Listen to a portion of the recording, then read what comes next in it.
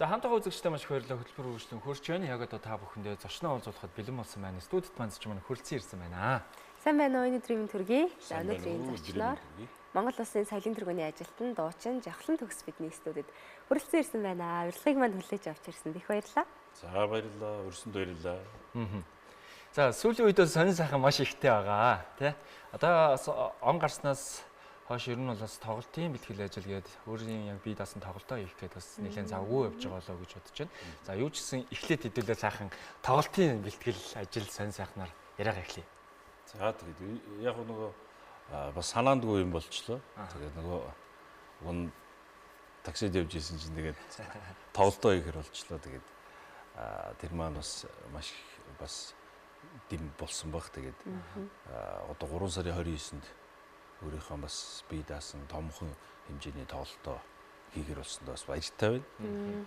Тэгээд яг хүмүүс бол харахтаа бол нэлээ бас хартай энэ анханасаа ер нь тоглолтын бэлтгэл тоглолтын PR-ны явж шиг болоо гэж харж байгаа шиг үлээ тий.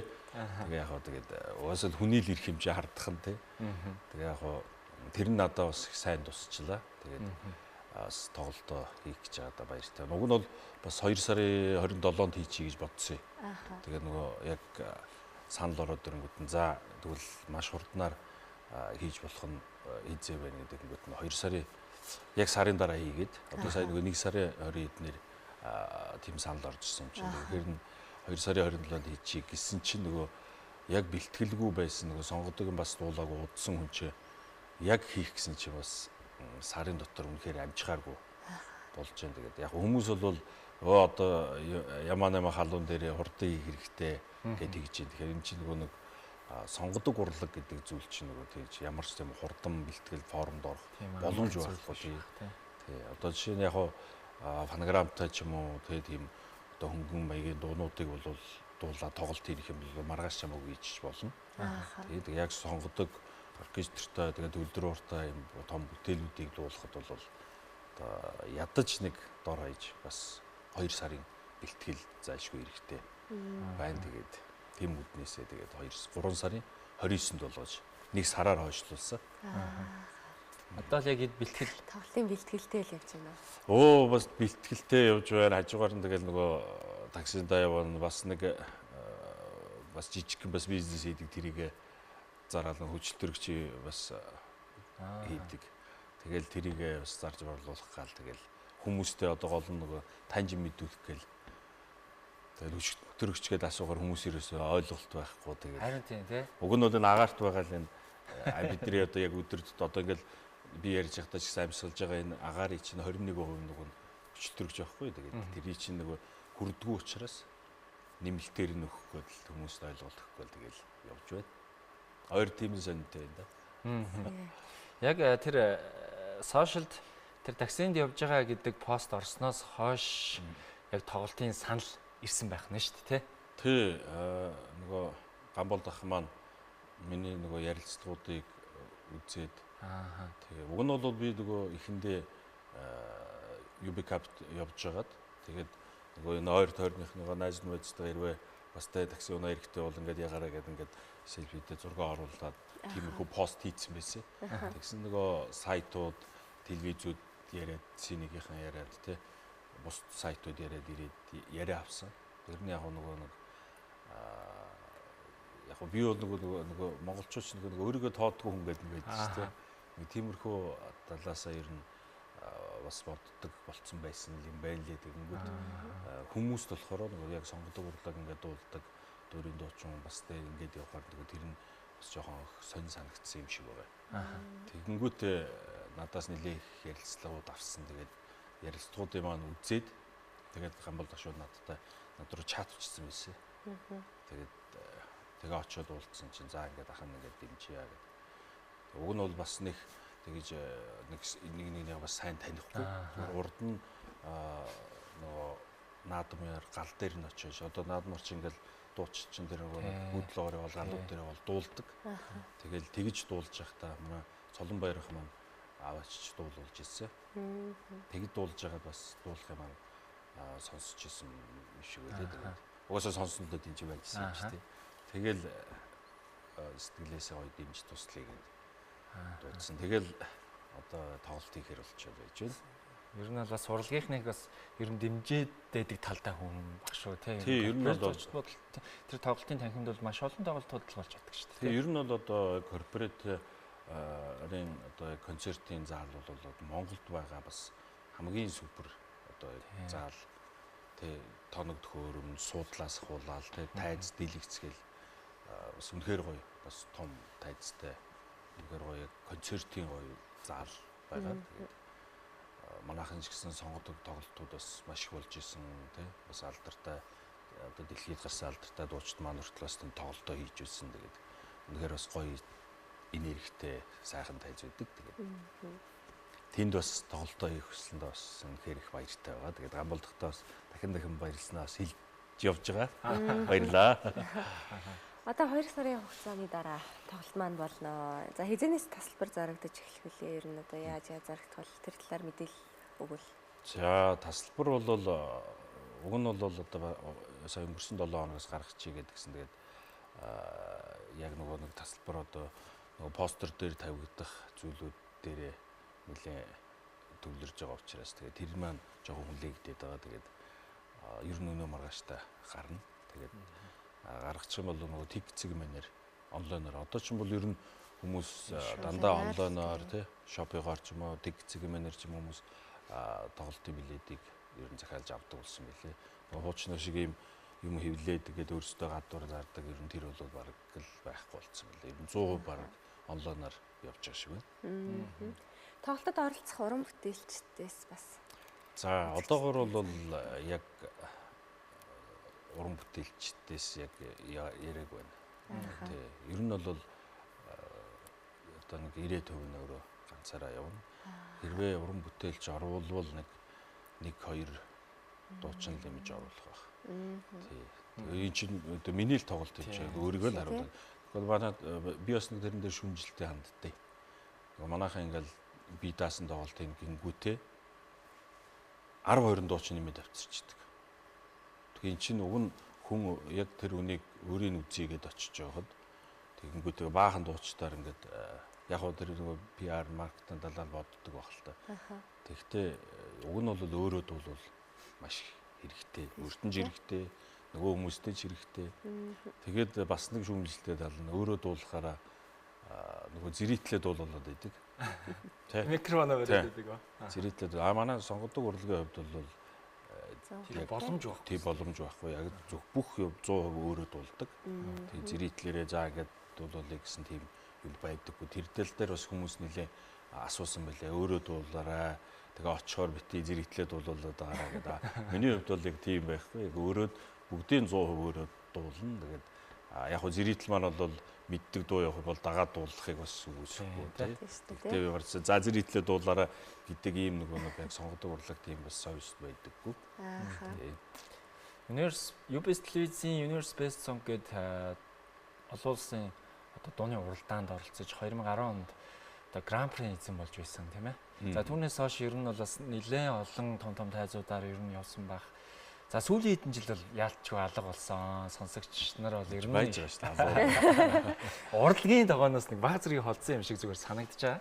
Тэгээд яг тэр пост ороод тэр таксинд явж байгаа гэдэг пост ороод ирснээс хойш бол манай одоо яг өөрөнтэй сонсогч нар бол нэлээдгүй их урлагийн хүн юм байх хэрэгтэй гэдэг сайхан сэтгэгдлүүд нэлээдгүй бас ирсэн баг. Урам зориг бол нэлээдгүй бас өөртөө өгжсэн болов гэж бодож байна. Тэгээд цаашд бол тэгэл одоо бол ингээл завсраггүй урлагтаа.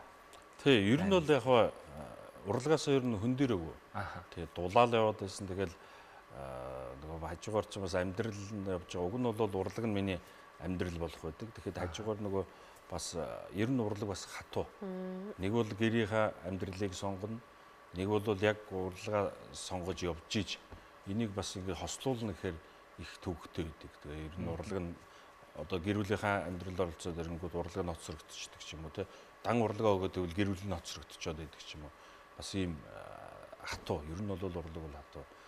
Тэгээд нөгөө универсээр гарч ирээд ингээд нөгөө бас олон сонсогчтой болоод ирэнгүүт тэр сонсогчд маань сая нөгөө намайг бас Япон явахудаас нэлээд зочирдсан.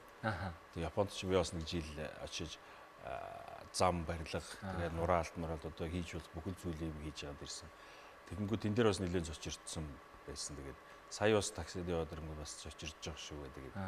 Үгүй яг тэгээд хүний л амьдрал юм чи тий одоо хүнээс юм гоохаа суухын орн тий өөрөөрөө ядаж өөртөө байгаа боломжоо ашиглаад тий тухайн цаг хугацаанд ингээл амьдралаа явуулж илээвэл тэгэл одоо нэг аав хүний одоо үүрэг юм да. Ер нь яг өөрчлүүлж байгаа хүмүүсээс ер нь яаж энэ таниад ч юм уу тий гаргаж байгаа реакшн ер нь ямар вэ?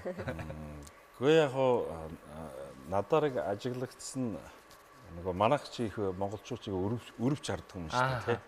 Тэгээ нөгөө суусан хүмүүс маань зарим нь яг ингээд гоё яриа өөрөө тэгээд ингээд гоё дуулаад өгөөч мөгөөч гэж байгаа.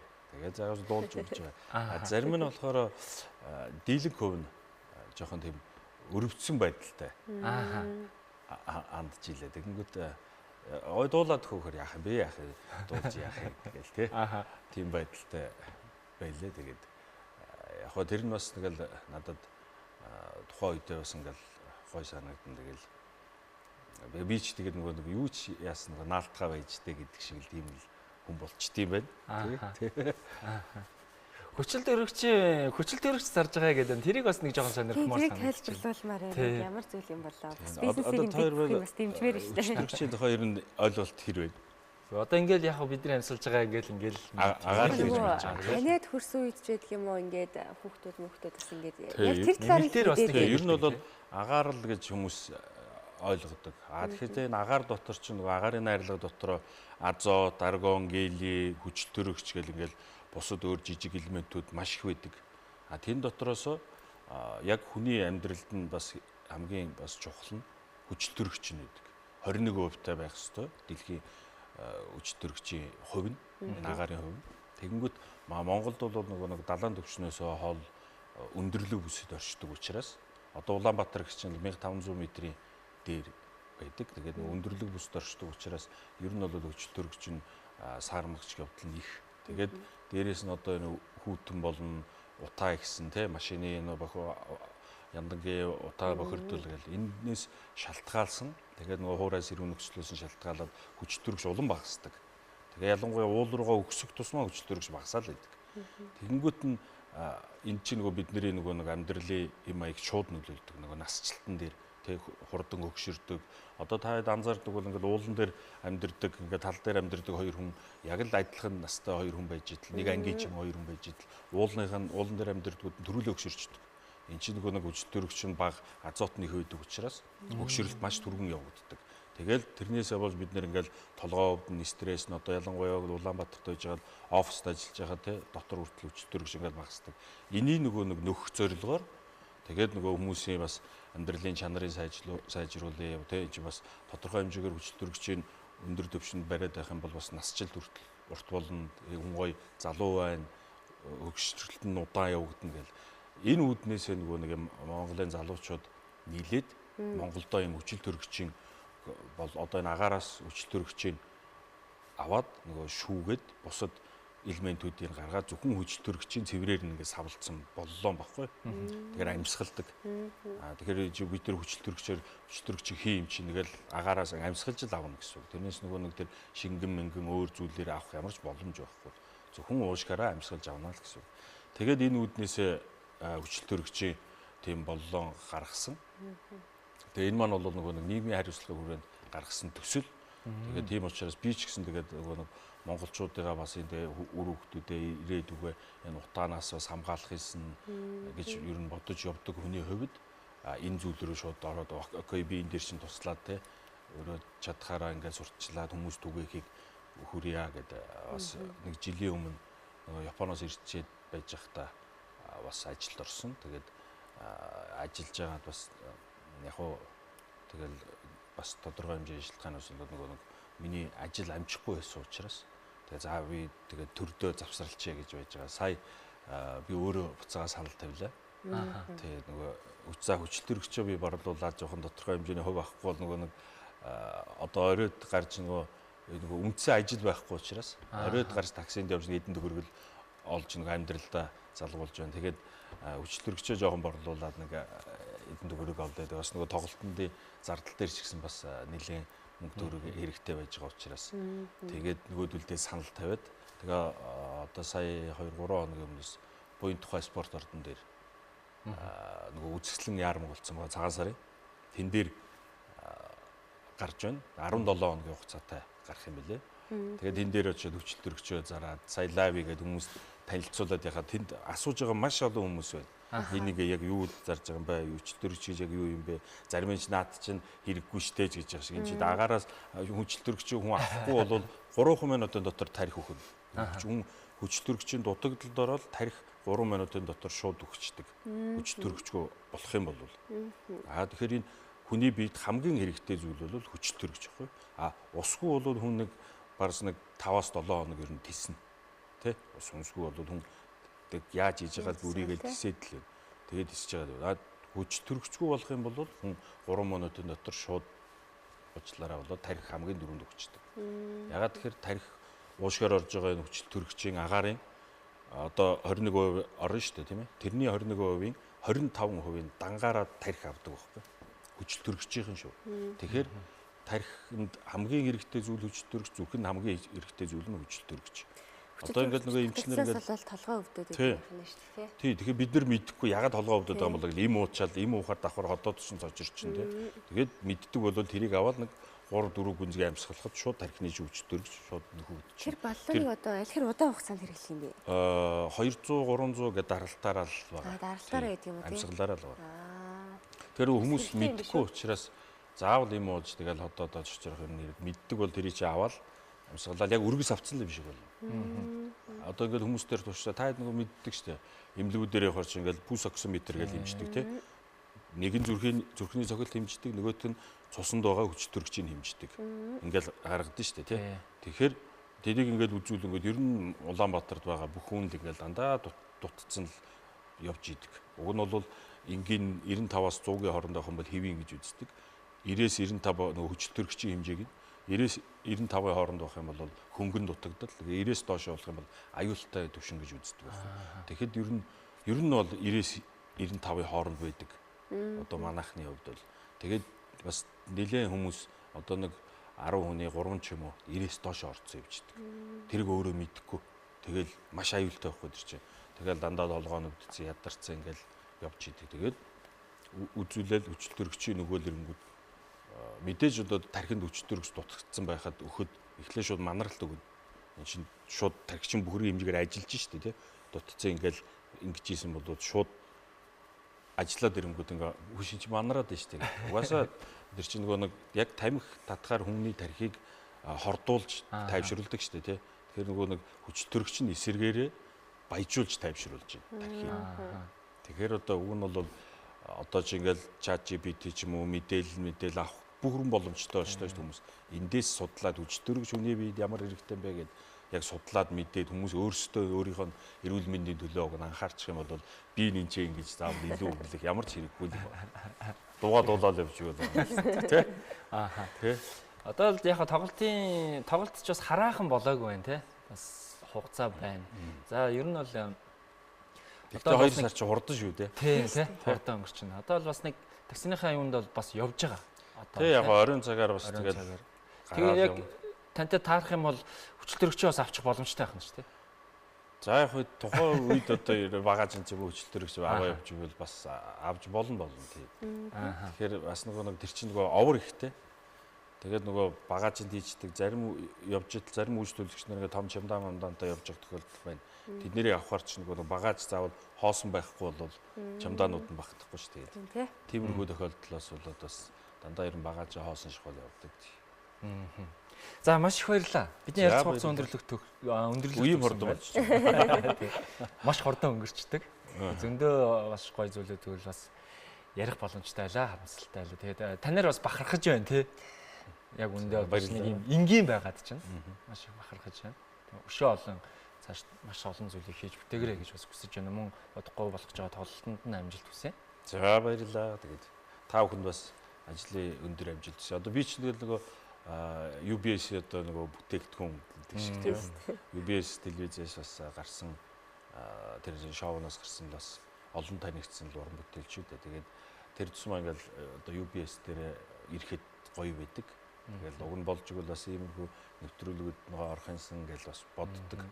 Тэгээ яг нэг заавал нөгөө юм урлагийн ялж юм уу жоохон сенсацтай байж ич нөгөө хүмүүс тий энд идэх мэдээлүүд авах гэдэг. Уг нь ийм мэдээллүүдийг ингээ сенсацсан үед нь биш бусад үеэр өөрөх юм бол би бол эзэж бэлэн байгаа шүү. UBS-ийнхандаа бас аз жаргал хамгийн сайн сайхан бүхнийг үсээ балхаахтаа бас ирүүлэх хамгийн сайхныг үсэе. Тэгээд баярлалаа. Ажлын өндөр амжилт хүсье. Маш их баярлалаа. Баярлалаа үзэгчдээ өнөөдрийн зочноор Монгол Улсын соёлын тэргүүний ажилтан дуучин Жавхлан төгс оролцлоо. За хамтаас үзэгчдэд маш их баярлалаа. Хөтөлбөрийн дөрөв өндөрлөж байна. Маргааш энэ цагтаа уулзлаа. Тэр баяртай.